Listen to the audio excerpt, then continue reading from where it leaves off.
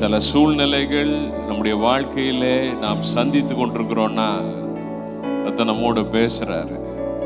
உன்னை தண்ணீர் குளர மூழ்கிறதுக்காக அல்ல, தண்ணீரின் மேல நீ நடக்கும்படியாக உன்னை விசுவாச வீரனா நான் மாற்றி கொண்டிருக்கிறேன், உருவாக்கி கொண்டிருக்கிறேன்.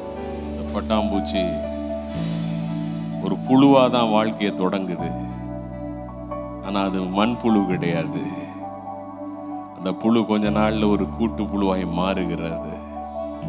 அந்த கூட்டு புழு பொறுமையாய் இருக்கும்போது கர்த்தர் அதை உருவாக்குறாரு. யார் உருவாக்குறாரு?